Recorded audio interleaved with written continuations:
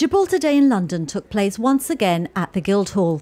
It was opened by the Minister for Commerce, Albert Isola, who welcomed over 330 guests from Gibraltar and London's finance sector.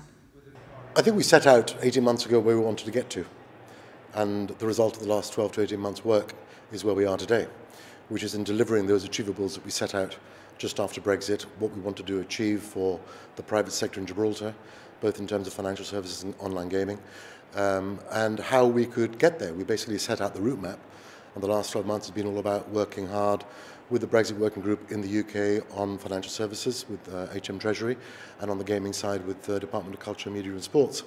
So it's been busy, but I think today you see the results of that work. The Chief Minister's message in his speech was a positive one. He told guests Gibraltar had a great story to tell.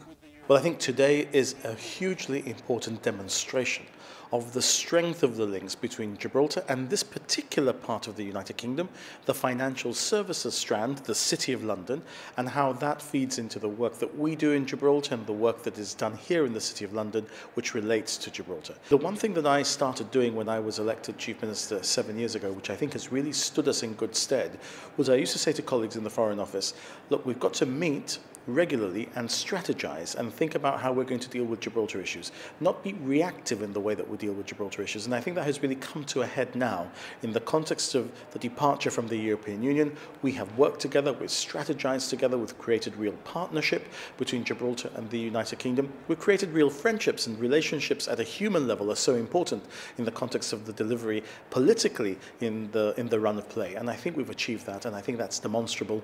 And the warmth of the words that you see coming from Mr. Jenrick, from the Prime Minister, from other ministers, I think demonstrates that. Today's guest speaker was Conservative MP and Exchequer Secretary to the Treasury, Robert Jenrick, who spoke on behalf of the Prime Minister and Chancellor Philip Hammond. He reflected on the ROC's deep and long-lasting relationship with the UK and praised the ROC's economy.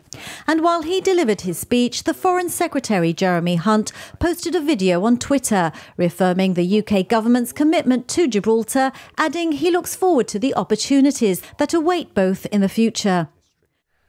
We have common values and ambitious shared goals for the future. Our political, economic, commercial and people-to-people links are more important than ever, and today's events are a powerful testament to those connections.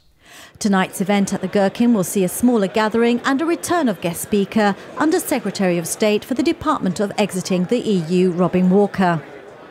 The fog of uncertainty that's hovered over Gibraltar since June 2016 has started to lift. That was very much in evidence today at Gibraltar Day in London, which is ostensibly about Gibraltar's financial services industry, but over the past few years has taken on a deeper meaning.